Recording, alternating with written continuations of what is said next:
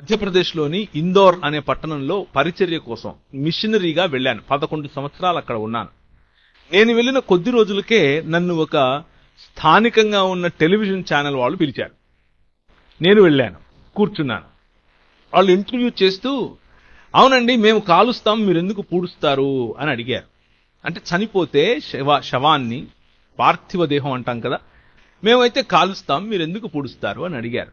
నేను ఎప్పుడూ చదవలేదు, నాకు తెలియదు, ఏం చెప్పాలో నాకు తెలియదు. కానీ తడువుకోకుండా, క్షణం తీరిక ఆలోచించకుండా నేను ఒక సమాధానం చెప్పాను. చెప్పిన సమాధానానికి నేనే నివ్వెరపోయాను. నాకే కనువిప్పు కలిగింది. అదేమిటి అనంటే, మా దేవుడు మమ్మల్ని మట్టి నుండి చేశాడు, తన స్వరూపమందు తన పోలిక చొప్పున చేశాడు. మట్టి నుంచి వచ్చిన మమ్మల్ని మట్టిలోనే అందుకే మట్టిలోనే కప్పి పెడతాం అని చెప్పాను.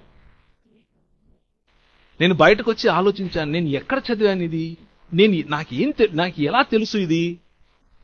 నేను కేవలం ప్రభువును తెలుసుకుని తక్కువ సంవత్సరాలు, మహా అయితే 1.5-2 సంవత్సరాలు.